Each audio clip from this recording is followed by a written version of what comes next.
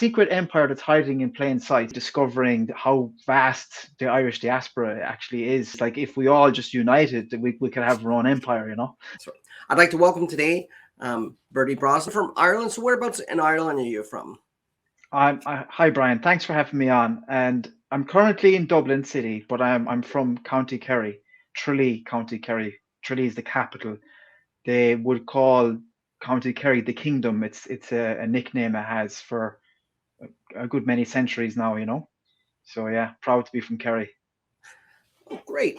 And Yeah. so you're a YouTuber and a filmmaker that does films in regards to, or YouTube videos also in regards to Ireland and Irish history. Really enjoying watching a lot of your content. Um, Thank you. it's quite enjoyable. So do you want to tell me a little bit? I know from your videos you're talking about one thing that I love to talk about is ancestry. You're talking about people, but from the different perspective, you're talking about the people that have migrated out of Ireland, where I talk to the people about the people that migrated to Canada and other places in North America from Ireland. So I guess it's looking at the two ends of the same two ends of the Spectrum, I same guess. Yeah. thing. Yeah. So yeah, like the thing is, the Irish diaspora has become like a huge topic for me recently. I'm definitely not an expert in it in any way. Like for instance, when I first started out doing the Irish history, mainly TikTok videos is how it all started, and now I'm starting to branch into short documentaries. Like my background is actually in filmmaking. They're my films. They're on my YouTube channel.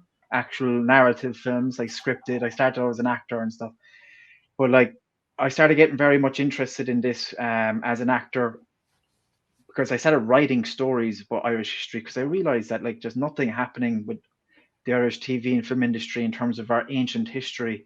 So that's how I really got into it. So I started researching and studying Irish history, started writing scripts. I wrote a script with Brian Boru as the main character. And then that's kind of led me into this point of really discovering how vast the Irish diaspora actually is. And I did a recent like a mini kind of YouTube documentary it's a 10-minute one on YouTube. It's currently on there. If you go on Bertie Brosnan, and I called it the secret empire that's hiding in plain sight, something along those lines. So my idea is that there's so many of us around the world and we don't even realize that there's actually so many of us around that are everywhere. And there is this kind of thing in me is like if we all just united, that we could have our own empire, you know. We could take over the world. We're so talented, you know. But it's just a little joke about it. But I am very interested. I mean, I spent a little bit of time in America and also know a lot of Irish Americans have come because like the Irish Americans would come back to Ireland so often, especially where I'm from in County Kerry.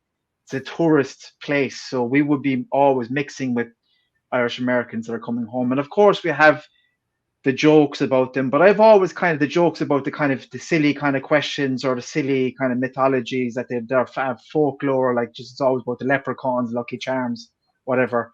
But like I always enjoyed the fact that Irish Americans were so into Ireland because I like that aspect of actually treating the place as a kind of a magical, mystical place because it is, and that's kind of lost on us as natives, you know. And I guess that's where my true passion is trying to not just rediscover for everybody else around the world, but for ourselves as well, you know. So that's kind of a summation of where I'm at the moment, Brian. Yeah, I think it's common for people, like I said, on this side of the migration, that have that heritage. They really want to clasp on, especially with what a lot of the Irish people did and happened to them when they first got here and had to go through to get here, and how they've made a life for themselves, and um, Yeah, in overcoming a lot of that, things that would have put people at the bottom of the social ladder, and because it's very common in a lot of places that you think are very Irish today, and we're back then, but the Irish were the newcomers. They were the people that were that they feared that, part of it I think was their work ethic, a lot of the values they brought with them is really important. And the people that came here, the Irish that came here, were willing to work hard and persevere despite all the problems. Yeah, and like we kind of always knew in Ireland that like there was always this kind of thing where we kind of say we built the railroads and we kind of were a part of the infrastructure. And I guess a lovely way for the kind of propaganda of the kind of the old British and maybe even going back to the Romans is that yeah, but we designed it. Do you know what I mean? It's kind of like yeah, ye built it, but we designed it. But Yeah, people don't realize like there's so many Irish people that have invented many things. There's so many scientists that have actually been involved in like one Irish person was a one man. He was a co-discoverer of DNA. You know, he was one of those people. And you know, there's all these other people as well that were involved. You know, like that in not just the lower class kind of jobs, even though these were vitally important, still are. But like there was other people involved, yeah, you know, that went as well. It wasn't just that, but I think that's a kind of a very, it's kind of like a way of, I think there's always this kind of keeping us in our place, like, you know, and it's always that sense. I always get that sense. It's like, yeah, you're great for the drink and you're great for building, getting out in the morning and digging the trenches, but that's about it. But that's not true. It's not true at all. You know, we're great artists and great sports people, and as I mentioned, there's other industries that we've been excelling in. You know, yeah. I so mean, the Irish, some would say, invented Canada's national sports, hockey, because it's a really. variation of hurley, right? Oh yeah, yeah, sure. Is that true? Yeah, there was a Well, there's definitely some derivatives. So some people might argue right. that it's That's not a interesting.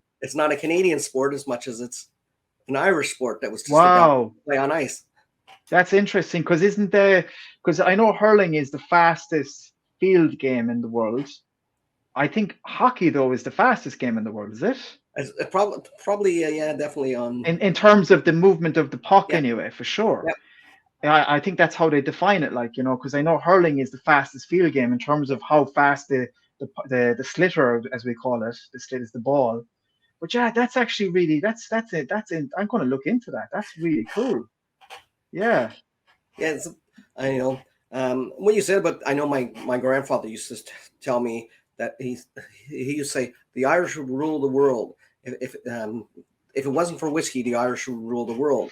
And but you know, there's definite truth to that. There's a lot of them out there, but I I think we're don't know. kind of like the Native Americans in terms, and I met a Native American in Los Angeles, and I actually met an African American and a Native American at different times in the same place where I used to frequent for coffee and things, and they both knew I was Irish. It was separate occasions, and they both said the exact same to me. It was so surreal. They both said, "I can identify with you because you're Irish," you know, Yeah, and especially the Native American said he was a recovering alcoholic, right? And he said to me like, you know, oh, he said something not that we would rule the world, but he said you Irish have the same issue as the Native Americans, as the Indians or whatever. Can't remember exactly how he referred to himself, yeah, but you know what I mean, just for context for the viewers. And he was talking about like how when he drank, he got so messed up, and I think that's the same for the Irish as well. It's like a lot of the time we just shouldn't drink, but we do, you know. And maybe you're right. Maybe that's the reason why we're not ruling the world, or at least not getting more credit at least for a not lot of getting the more other credit things. for what we do. Yeah, I mean, um, you know, I look around Atlantic Canada and the regions I'm from. You know, you see so much of the Irish here, um, from community names to yeah, family names. Um, a lot of the loyalists that came from New York mm, were mm, were Irish. yeah, Um, yeah, the first Anglican bishop of Nova Scotia, who came from New York, was Irish. mm, Um, he founded the oldest university in Canada. mm. Um, so there's a yeah Yeah. I think a lot of Irish people don't realize as well that it wasn't just Irish Catholics that left Ireland. It was actually a lot of people from the north. yeah, Because when I was living in Los Angeles, there was a lot of this talk about um, Scots Irish, and this was a kind of a new enough term for me, being a native Irish, because I didn't understand what they were talking about. But obviously they were talking about the Ulster Those, Irish. yeah, So they would have been Presbyterian kind of Scottish Irish. Do you get yeah, me? So they were planted, see, because that was a part of the plantations of Ireland. But a lot of them started to get disillusioned with their life in Ireland and actually left to go to America and Canada and places, just like you mentioned there. Now, I'm not saying you said that, you said about New York there, but there was a lot of people that came from here that were actual Protestants and Presbyterians that were classed as Irish, but they were kind of more the recent Irish in yeah. a sense, you I, know. I, I agree. I prefer the term Ulster Scot, and I think a lot of Yeah, people will call them because they're that Scottish diaspora that went to Ireland at first, and then still wound up coming over to Canada and the United States. And yeah, yeah. basically anywhere there was English speakers, I think And they Australia, yeah, exactly. So the British Empire, they provided, like, not that they provided on purpose, they just, because of their colonialism and because of what they were doing in the world, there was pathways automatically to these places. But of course, the British were probably like the fact that they were sending these Irish out just to kind of, as we already mentioned, build the railroads and build the infrastructure. They needed more slaves, really, and indentured yeah. servants to build out these places, you know. And that's what a lot of people don't realize about their Irish heritage, that they did come to North America as indentured servants. Yep, Um, yep, yep, you yep, know, 100%. we've all heard of the signs, no blacks, no dogs, no Irish, but Mhm. um, that was not just in the United States, that was in Canada, that existed for a long time in places that were you think they were far away from that Yeah, type of thing. And they tried to dispute that actually in Great Britain. They tried to say that it was a fake or there was no proof of it, but it was so weird to see because there was I think the Guardian did an article saying there's no proof, but I don't know, was it actually on the Guardian again about a month later? Maybe it was someone Irish working there or something. They came out and said no, this was true. This actually existed, and they had other it wasn't just it wasn't just no blacks, no Irish, no dogs. There was actually, the way they would put it as well was in kind of other adverts was no coloreds, no Irish, no dogs, no children. yeah, But what they meant by no coloreds was no blacks, pretty yeah, much, you know. and the Irish, when they by the time the Irish were coming in mass, and the slaver ships had some regulations. The ships the Irish sent over, there wasn't a lot of regulations still. They Yeah. were, you look at a lot of the Irish that wound up in Canada, had to be quarantined first. In fact, there's outside of Montreal, Quebec, along there's an island that was on the St. Lawrence where they just had quarantine, and there's actually a lot of Irish people that they're French, but they have Irish names because what happened, there was a lot of orphans from there, and the French Catholic families took them in, and that was one of the things, is they wanted to keep their Irish names and pass them on. What was the Uh, quarantine for? Sorry to interject, but um, just, what was the disease at the time?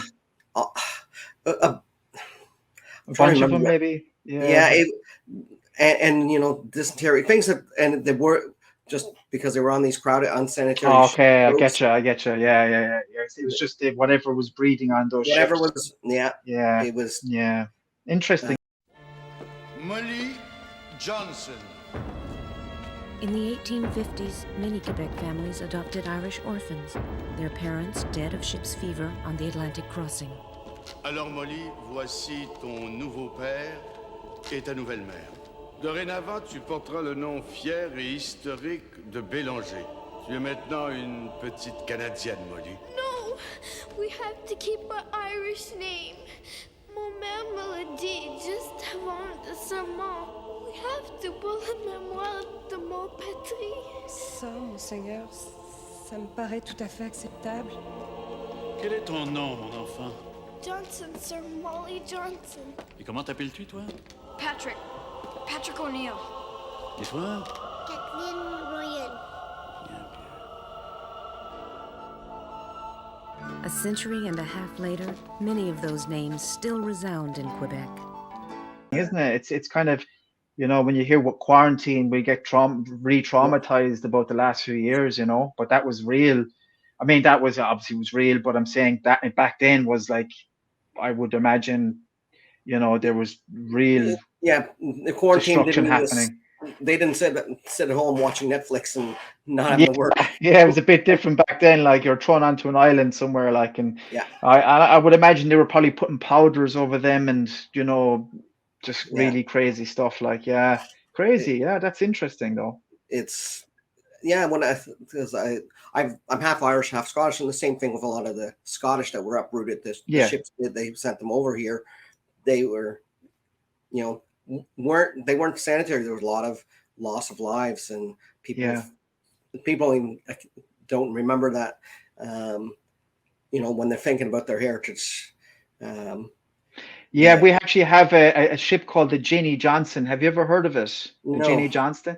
So basically, it's a recreation of a famine ship. I'm trying to actually trying to get in contact with them so they could bring me on board and actually do proper video. I'm going to really push to try to get on there because it was rebuilt in actually where I'm from, Tralee, about 20 years ago. It was this scheme to kind of look at the famine and look at emigration, what actually happened. And it's in Dublin at the moment, and it's a reconstruction of what these famine ships look like.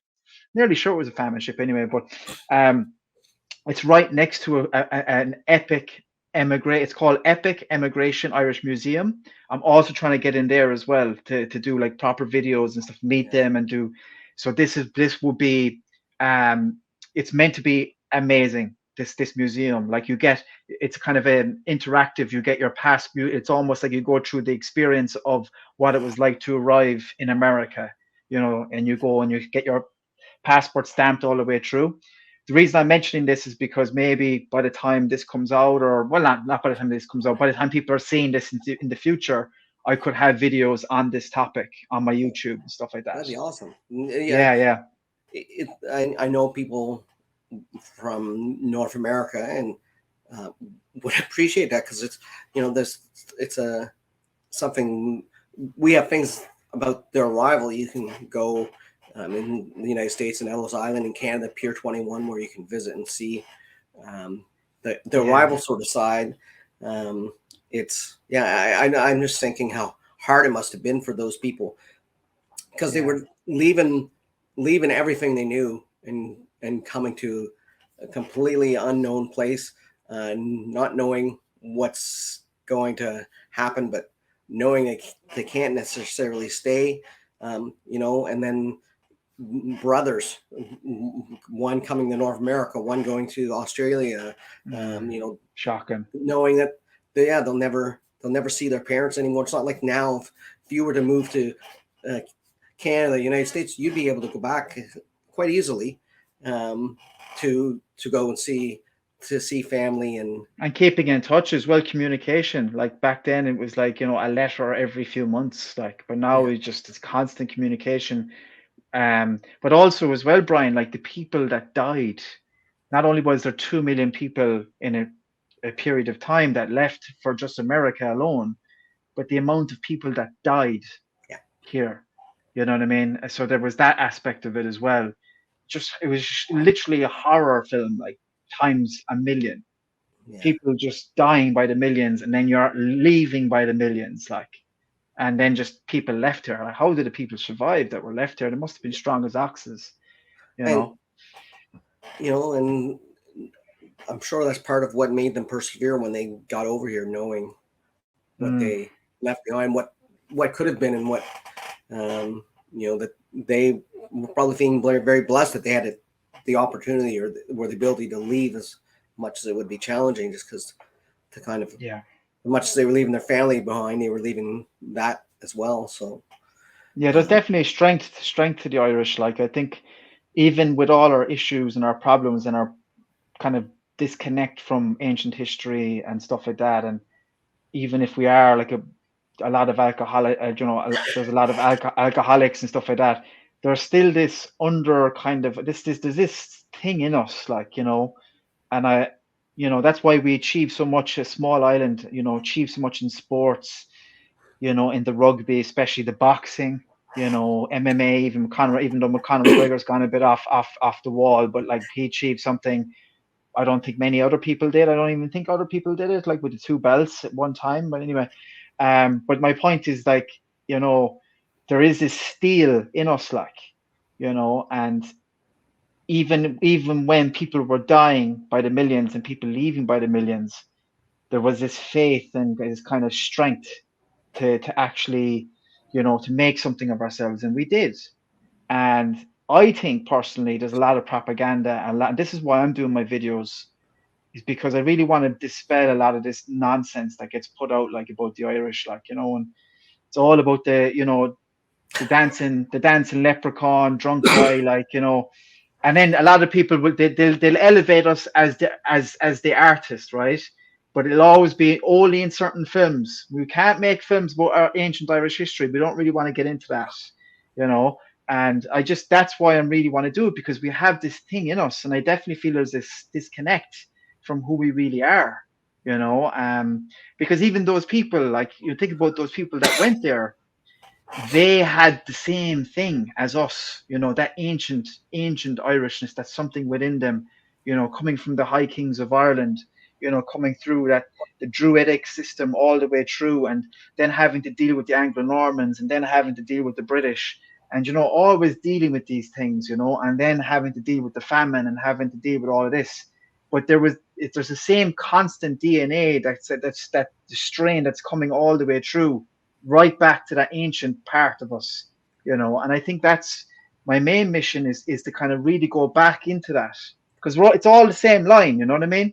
I know that, you know, it's all the same line, They and were we're and fighters. this and They had to fight for yeah, everything, and they everything, and that's like I said, they fought when they got here to make better for themselves. They yeah, fought that they were indentured servants. They worked hard to pay that off, pay it sooner, as soon as they could. yeah, Um, it's that fighting spirit. You know, you look at you know the American Civil War on both sides. There was Irish regiments yeah, that were, you know, the first to volunteer in a lot of the places. yeah, yeah, That there was that. Yeah, I think it was you right. So in their DNA, in their blood, so to speak, if not their upbringing, they knew that they needed to fight a lot of times for what they had, and they weren't afraid of it.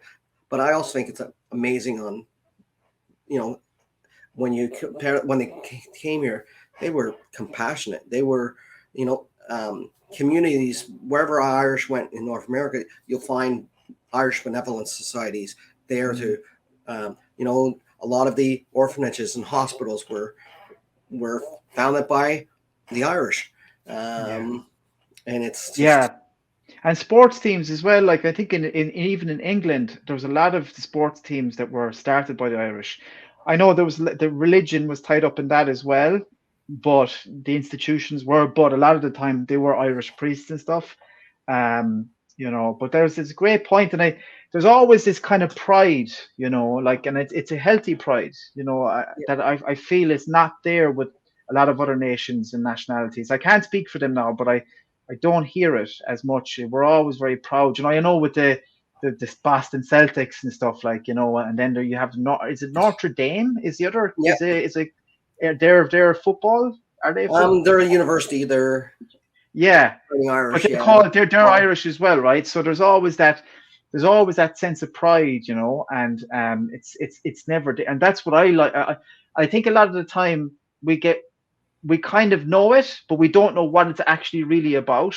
And I think this kind of really getting into the Irish diaspora and looking into it, I'm trying to reinvigorate and kind of reignite that passion for being Irish, and but what's it really about? And that's why I'm really into the ancient Irish histories, because I genuinely think that that's the connection. And I think once we connect with that more, we will feel more identity, because we were talking about that as well, about a sense of identity. I think we were talking about that Yeah. earlier on, and that sense of identity, because the identity that's pushed upon us can be very much the caricature identity, but our real identity is something a lot bigger, you know.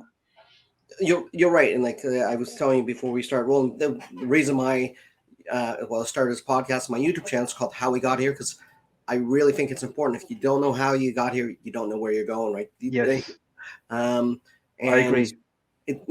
people forget about the roots. It's easy to think it's in the past, and in North America, sometimes we're told we're not supposed to be we're not supposed to identify with our roots because of all the bad things that the Europeans did while they got here, but they also did a lot of good, and a lot of them Yeah, were the people that were coming that they were forced in a way to come here by circumstances, whether yeah, it's the famine in Ireland, or those Scottish clearances, those type of things brought these people over here, and and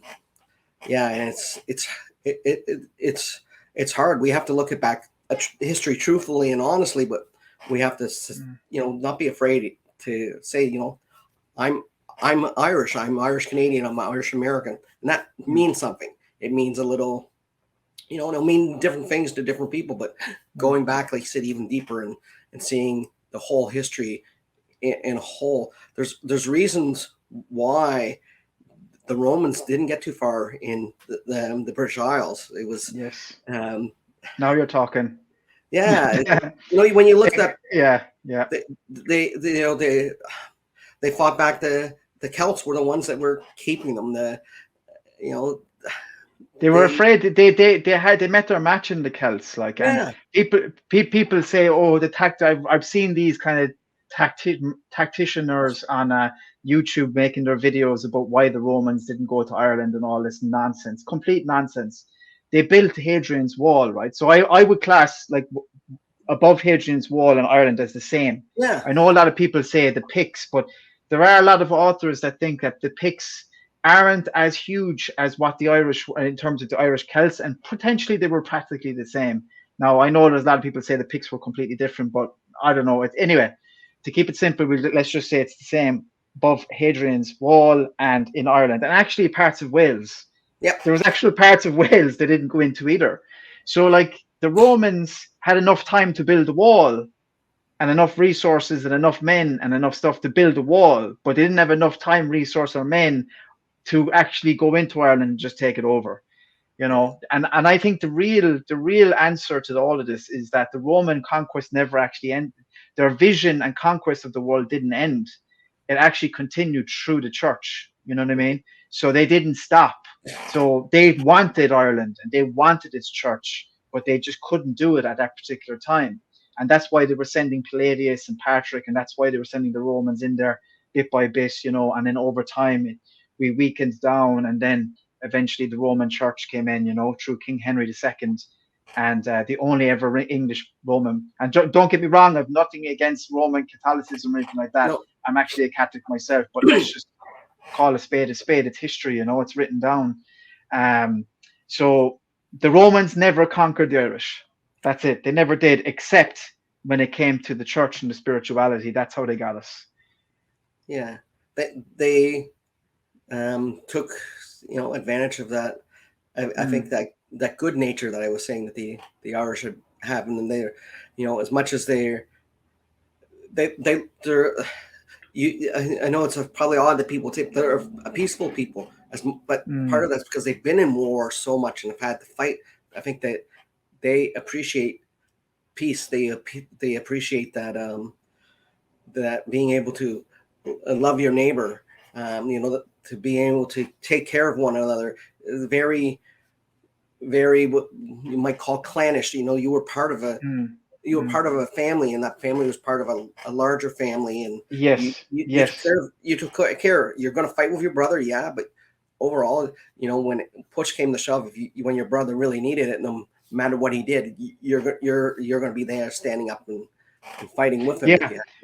Yeah, because you hear a lot of this propaganda as well about the clans, and it was all tribals, and they were fighting each other all the time and stuff like that. And yes, there is definitely truth in the sense that petty kings were fighting each other. And I'm talking about more ancient history now. Apologies if this is going back too far for you, but just it gives context to everything. There definitely was a lot of clans versus clans at times. My actual belief system, which is morphing and evolving all the time through research and through what I'm reading and stuff. I read a lot of books, I read a lot of articles, I read alternative as well, but I read a lot of mainstream, a lot of academic work, a lot of it. But what I'm starting to think is that we did have a very good system. And this is going to, now this, I'm not trying to be controversial here. I'm not trying to, if anybody is here, like, very religious, very Christian and stuff like that, please continue with your faith. There's nothing wrong with it. Talking about history and I'm talking about politics and how religion can be used as a weapon through politics and stuff like that. There's nothing wrong with a faith and praying, and there's nothing wrong with church. There's nothing wrong with these things at all. This is talking about the politics and how men use power and politics and religion against others to dominate, basically. So I think that when the Roman Christianization was coming in, it weakened our system, our Druidic system, and it was infiltrated over centuries. And that's what caused a lot of the clan fighting over the centuries preceding. Brian Boru saw this. Well, he didn't see it. He was living in it, a mess of a situation. And of course, we were called barbarians then by the Romans because they were coming in. There was this infiltration process happening, and then they were kind of using their propaganda tools to say they were barbarian. Everyone was a barbarian by the Romans. Everybody was they were eating each other over there, which was nonsense because we had a Druidic system. We had unbelievable culture, art, our own religion. We had our own law system. We had our own clan system, which you so very rightly said, actually worked within the family system, but also bartered with other families. And there was a system of petty kings, provincial kings, high king, and that's the way it worked. That's the way it worked for centuries, right? For millennia almost. But then over time, that started breaking down, and it really just was annihilated with the Anglo-Norman invasion. And I feel like that from the time Constantine basically in Rome took over as emperor and made Catholicism the actual world religion, as he would call it, because he wanted to rule the world, right? From then on, that kind of went out everywhere, and Ireland would get it about 700 years later with the coming of the Anglo-Normans. I hope that makes sense. No, it does. No. Yeah. So that's just my kind of point on what you were saying, because I think what's lovely about what you said was that we were family orientated very much. There was a clan system, and it was not all fighting each other. That happened later on. Yeah. And that's lovely that you mentioned that, because people don't think about this. We actually lived within the family, and we worked with other families. We paid our dues up, and that was the system, And it worked. It worked. Of course it did. Imagine if we did that nowadays. Yeah.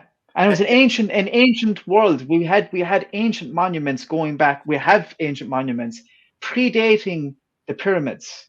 Do people think that comes from barbarians? That comes from architects and engineers that were living here. You know what I mean? And there was these ring forts all over the place. There's thousands of them all over. If there was a bunch of barbarians that eating each other, how could they have built these things? How could they have worked together? Yeah. It was called tribute. You paid your tributes to your kings, just like taxes, through cattle, through barter, through trade. This is how it all worked, and we actually worship the night sky. I'm not saying it's right or wrong. I'm not saying it's all about paganism. I'm just saying this is the way it was. They followed the night sky. Everything was to do with the seasons, and everything was in very in touch with nature, very in touch with nature. The opposite to what it is now. Yeah, in a way, it would be so. I'm very Christian myself, but I like, aside from the religious aspects of it, but going back, like it was the holy, they call it, Roman Empire, and they were at that point they were using the guise of religion to be imperial, Yeah, the Christian religion, the Christian faith, the Christian story is beautiful. Jesus Christ, if Jesus Christ is there and he wants me to accept him, 100%. But I can't say for sure that I know any of that's true, but I'm not against it. I'm totally for it. Yeah. But like at the same time, the creator of this world, there is a creator of this world, no matter what you believe in. I think pretty much all religions can say there's a creator, which is the one, right? And I think that early ancient religion believed that exact same thing. The sun was their Jesus, you know what I mean? Because the sun brought life, you know what I mean? That's just a basic thing, and it still is that. It still is that till this day. Well, If we have no sun, we have no life. you look in a lot of Hebrew narratives that are in the Bible, Yeah. not in worship, but they use the sun as representing that aspect of life bringing.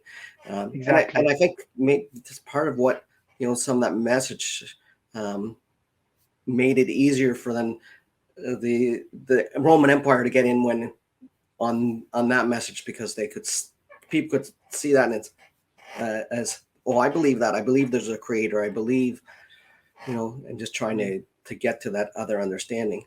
Yeah, a And lot I of the think time as well, what Constantine did was put himself in the place of the one. Like a lot of people, there's a theory that says that he put himself in that position of Christ, or his son, or someone to do with his family, something along these lines. Someone correct us in the comments.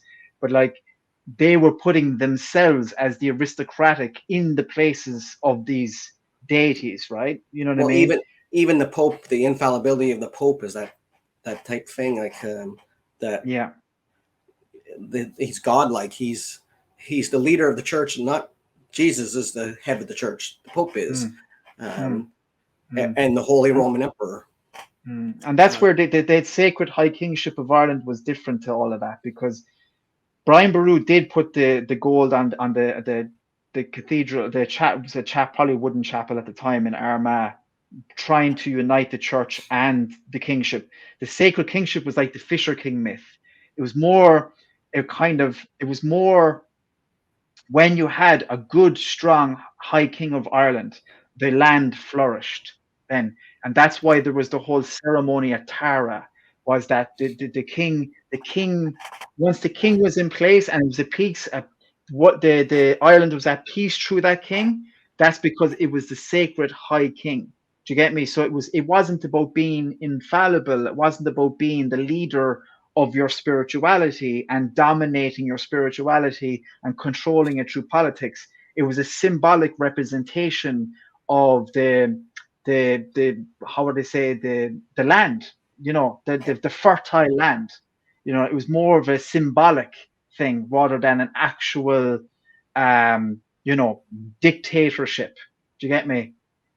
So I think that's where the difference is between the old ancient ways of looking at kingship and the modern way of looking at it, where it's like they are literally the top and they're literally dictating their views down to you, and that's it. It has And nothing it to do wasn't with the land. hereditary either. Yeah, exactly. Yes. It was, we want the best person for the job. It happens to be the same family because that's the way he was brought up to understand that, and he was mentored well, then so be it. But if there's somebody that's more qualified, that's who we want to lead us. It's in a way. Yeah, and that's why Brian Boru came in as well, because a lot of people would say he usurped the high kingship, but like the O'Neills were this is another reason why it was weakened, because the O'Neills were holding on to the kingship in the north, actually up in Ulster. They were holding on to it. They had a 600-year dynasty of high kingship, and like it was becoming more and more ceremonial and becoming less important and more or less sacred. And that's when Brian Boru came in and said, we have to restore this. We have to actually restore what the high kingship is. You know what I mean? And we have to actually bring in the new Celtic Christianity into it as well. That was the whole idea, he was trying to incorporate the Celtic Christianity into the high kingship, but it wasn't about dominating the Christianity and the spirituality of the people. It was about incorporating it into the sacred high kingship of Ireland, So. But by the same token, when the Irish came to North America, the church was what a lot of this community centered around. Yeah, And yeah, it's important. Yeah. that side by side with all the benevolence that they did, both the Presbyterian and the Catholics, it was the church that community, that was the center of their community. That's where they didn't have a town hall. They would go to the church and they would meet at the church to figure out what to do. They didn't have the government looking after them, providing hospitals. They went to the church and said, what can we do? What do we need a doctor here? Well, let's get a doctor. John and Mary. Well, John, he had a terrible accident and he's not able to provide. Who provides? It was the church. The church sort of took over. And it wasn't all bad with the church. Like, I mean, people No. give the church such a hard time. Like, I mean, you just presented a few aspects there of what happened with the history of the church and what it did. There's a lot of bad things, of course, like every institution. Oh, but definitely. the amount of good things that happen through the church, and also as well, you mentioned something very, very much that is in line with what we just talked about. It's the community.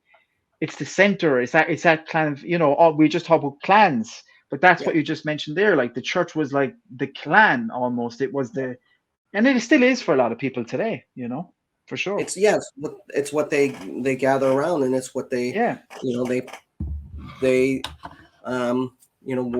where you go to for that sport is to the church. So it's very important for people. Very important. It is, and you see it reflected. Like I said, I'm in a community called Kincora, named Irish. The biggest building there in the community is the St. Malachi Church. Is it King? Did you say Kincora? Kincora. You know where that's from, right? Do you know where? I know about. It's spelled differently here. We spell with a K for the second. No, it's with a K. Yeah. No, in the middle. Oh yeah. Do you know where that comes from? I do know, but I can tell you. We were just talking about it. It comes from Kincora. That was the palace that Brian Brew built. That's right. In his hometown, Kincora. Yeah. And that's the community. Right down the road is Emerald. Down the road the other way is Shamrock. There's Kelly's Cross, Emyvale. There's a lot of the Irish settlers, and the church, like I said, was the biggest building there. Was the church. It's what the community you can tell was built around. Right where Kincora was built, right at the top of Killaloe, County Clare. If you see my Instagram, you could take on the stories. You can go through all the stories. What's actually at Kincora now? A massive church. It's that's what's there now. That's the way Ireland is as well. Like, everywhere in every town, the biggest building, well, not always the biggest building, but the biggest buildings is the church, cathedrals. The first thing they built after they built their own home was let's build a church. We need that. Like, that was important. But when they did come over to North America, like they did, they were fighting a lot, fighting in the sense to get ahead and to make a big difference. And we brought the things we know, like Prince Edward Island. There's two things Prince Edward Island's known for. It's known for Anne of Green Gables, and what's that? See, a lot of the world doesn't know, but it's a book that was written in the 19th century, and it's about a little orphan girl that comes to live on PEI. It's really big. Can you say the name again, please? Anne of Green Gables. Anne of Green Gables. Okay. Yeah, it's really popular, in here in the summer we're overrun by Japanese tourists because they teach it in school, and it's it's sort of a romanticized story of the period about her growing up as an orphan. Why are Japanese tourists so into this book? They teach it it's part of their grade 6 or grade 8 curriculum. Just Japanese. Yeah, in Japan it's taught. Oh, So in Japan. Sorry, I thought you were talking about in your locale there. no, Sorry. it's taught in Yeah. Japan. So the Japanese Interesting. tourists come here. They have a wedding you can do. You can. There's like a Ah. 2-year waiting list to. Wow. I really like the Japanese, by the way. I really love Asian culture. Like I'm starting to really get into it. I just like Japanese because I've watched a couple of Netflix shows and stuff, and they're just beautiful people, aren't they, the Japanese? Wow, They they're are. so stunning. Like, yeah. And Definitely. the other thing it's known for is potatoes. Okay. My house is literally surrounded by potato fields. Potato fields. Yeah. And so they brought what they knew. They Yeah. the The church potatoes. and potatoes.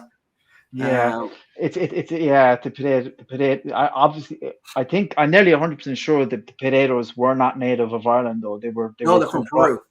Peru, exactly. Yeah, and Sir Walter Raleigh brought them over. yeah. So it was just, yeah, it's a strange one how the Irish didn't have more animals at the time of the Great Famine. It's something that we probably can't get into now, but Yeah, it's so weird that they were so over reliant, and I think that was also like it was probably due to the fact that they were just really impoverished from the oppression and the suppression, and that they couldn't afford to have animals or something. But and yeah, potatoes grow easily, and yeah, why yeah, that's why it hurt so much. Is that was it was, and they weren't expensive to grow. They were, and you could literally feed your family off potatoes. Like, yeah.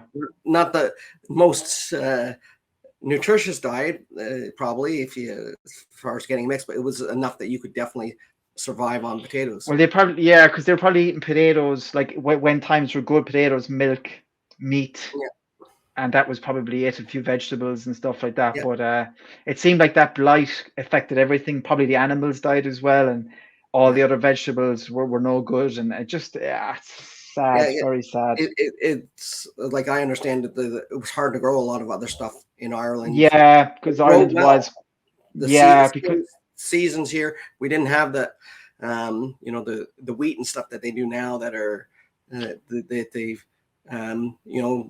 over time have been able to understand DNA and breed or develop the certain types of seeds that last well, work well in yeah.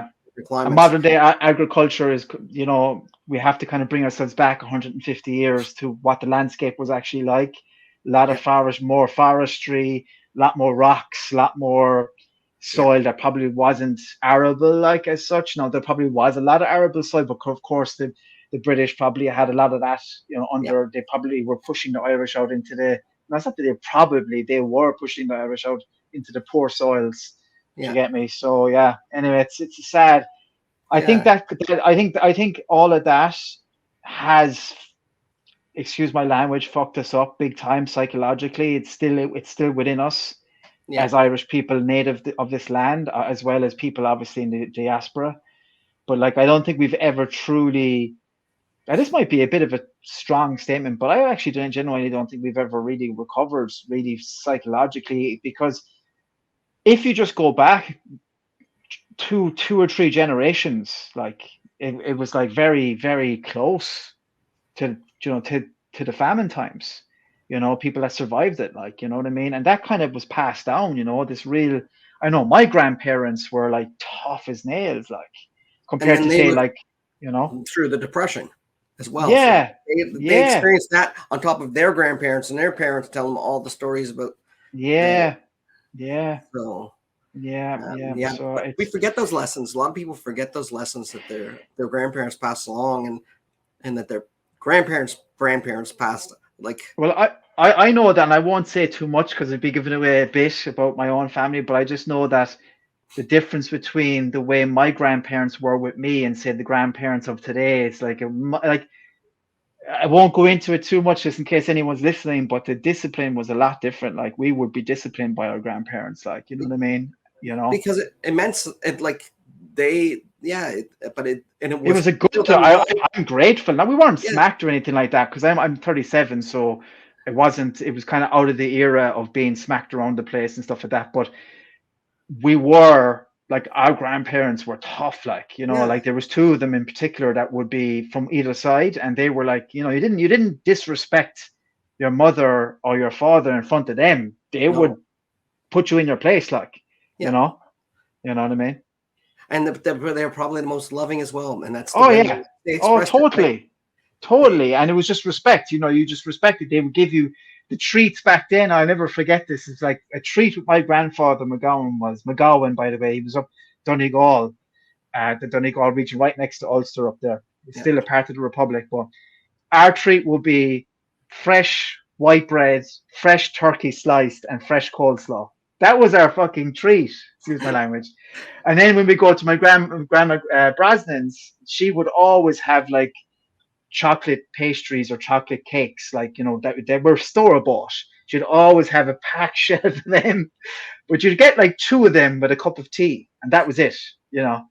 But like nowadays, if you just get like fucking everything, and it's there's no kind of appreciation. Back then, it was like you appreciated the little treat, like. Do you get me?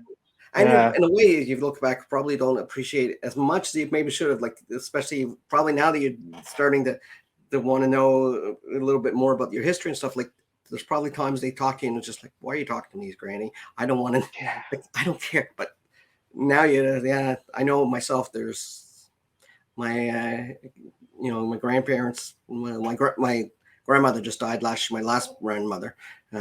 She was almost 100, but there was. Wow. There were times Wow. her, my grandfather, and on both. Was she the Irish side, Brian? Was she the No, Irish she was side? Scottish. The Scottish. Hey, but that's pretty much Irish as well. Well, the only real difference is one spells whiskey with an E and one doesn't. They were all Gaels one time. They're all Gaelic, yeah. As Robert the Bruce wrote, he wrote to Robert the Bruce. Everyone knows him from Braveheart. The true person. The Bruces would have had massive ties with Ireland. Their mother was Gaelic. Wasn't his brother the last High King? So technically. Now a lot of people will argue this, but technically, and I went to the leading medieval professor Sean Duffy in Trinity College. I attended his lecture as well on this.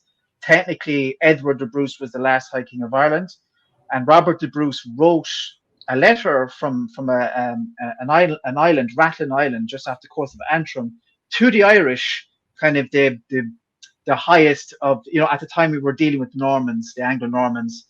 So the people that were running kind of the Irish side of things at the time, the Gaels, Robert wrote to them and said, listen, we're all of the same blood, like, you know, my mother was Irish, the Gael, they would have called them back then. And, you know, we have the same traditions in us with the same thing. And then Edward the Bruce would have came in with the Irish to take on the Anglo-Normans and actually came down through north, but he didn't last long. He was inaugurated, not at the Hill of Tara. He was inaugurated somewhere else. It's up the further north, but technically was the last High King of Ireland for 3 years. So yeah, the Scottish are very dear to me. Like, you know, I really love the Scottish, like, and, you know, I would class them as very much our brothers and sisters, for sure. Yeah, I would too. I mean, part of that is, you know, I'm proud of my overall Celtic heritage, and you know, that you know, shows itself in different ways. You know, a great sin of mine though is I haven't been. This is awful. I hate saying this. I haven't been to Scotland yet, though. It's terrible. I know it's crazy. Been to England. I have lots of relatives in England. I need to go to Scotland. It's ridiculous. Just haven't gone there yet. I'm going to have to make this a massive priority for me to go there. Yeah, they're so much similar, and so much, even while things, they were separate, so much of their history mirrored each other, you know. Yeah, absolutely. Yeah, 100%. Yeah, you have so much for sure. Yeah. And that general distaste of the English because of it. And then, yeah, because they still have the whole, like, I hate saying this now, but they still have the whole Catholic Protestant thing going on there as well. And of course, in North of Ireland, and, you know, the Scottish were over here last summer for a soccer match, as you guys would call it. I guess we would call it soccer too, but we call it football here as well. We have Gaelic football, but this is like soccer. Yeah. and they were here for a tournament game, right? And we beat them 3-0. Ireland did, and I was out with my American friend that was visiting actually, and the Scottish like invaded Temple Bar, like the drinking capital of Europe, let's say of the world probably. And I tell you, it was just the best crack ever. In just like unbelievable fun with these guys. Like it was just unbelievable crack. They That's were because just like, they're your cousins. yeah, they were over, and they were just, and the conversation would just go like, we're all brothers. It's like, yeah, and then it was just have fun for the night. You know what I mean? And that's literally how it went for the whole night. Like just random Scottish guys, Yeah. and lassies, Yeah, so that's a kind of little story for you. That was last summer. So, well, I really appreciated talking to you today. It's been great. I could talk forever. For sure. Yeah, we're running out of time. I studied medieval histories in university, so I love talking about that old stuff that I don't often get to speak to people about. So yeah, I hope I didn't overload with the ancient history. It's vital though that if you're going into genealogy, we need to go back like quite far, like to understand our roots. Yeah, and you need to, and it gets hard in Ireland because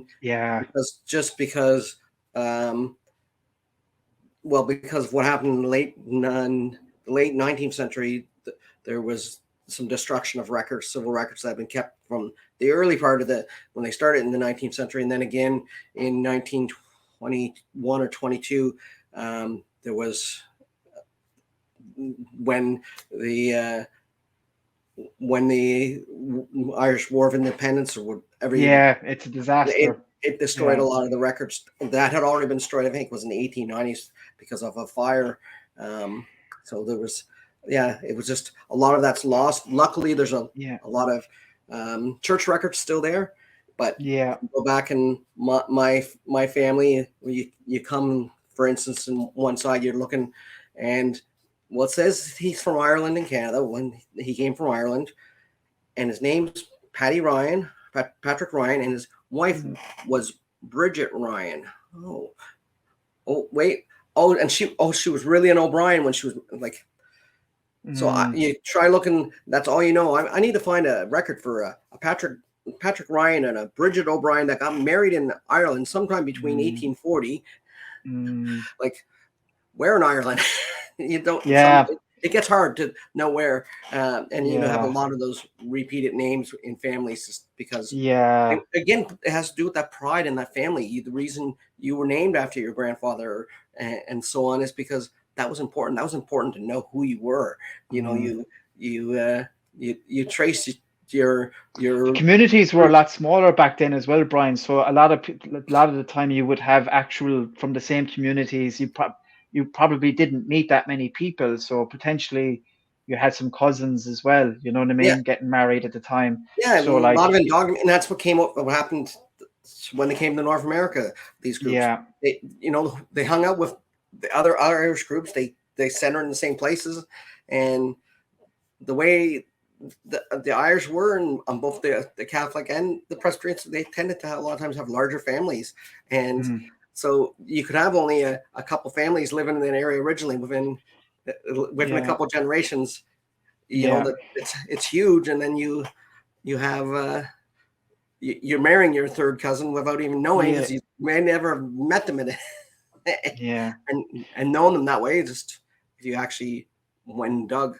The interesting thing is the aristocratic folk tend to do it quite often, which is quite interesting. You know what I mean? It's been done for a different reason though.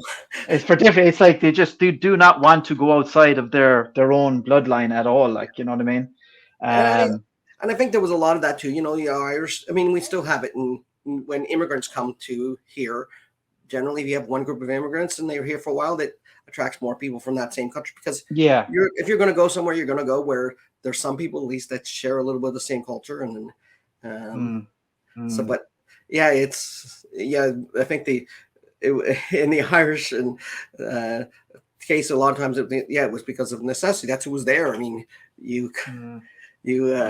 survival. That's what it's all about at the end of the day. My pastor's wife, she's from the Isle of Lewis in Scotland, and his daughter was over there this summer. And I said, "Oh, are you going? Did you find a good Scottish man?" She goes, "Not there. They're all my cousins."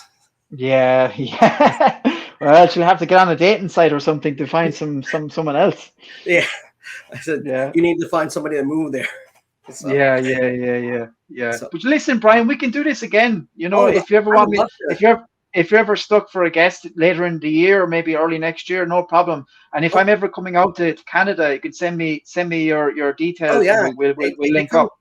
come to Newfoundland. I want to say we're too far, but Canada, everything can be a little far. But yeah, when it's we're both on the East Coast. Like I said, Prince Edward Island, you'd be interested because at one point they actually wanted to call it New Ireland because it was just that much Irish settlement there. That would be so cool, actually, because you have all the New Yorks and New Orleans and all these kind of new things. Yeah. New Ireland would have been Yeah. fantastic. Yeah.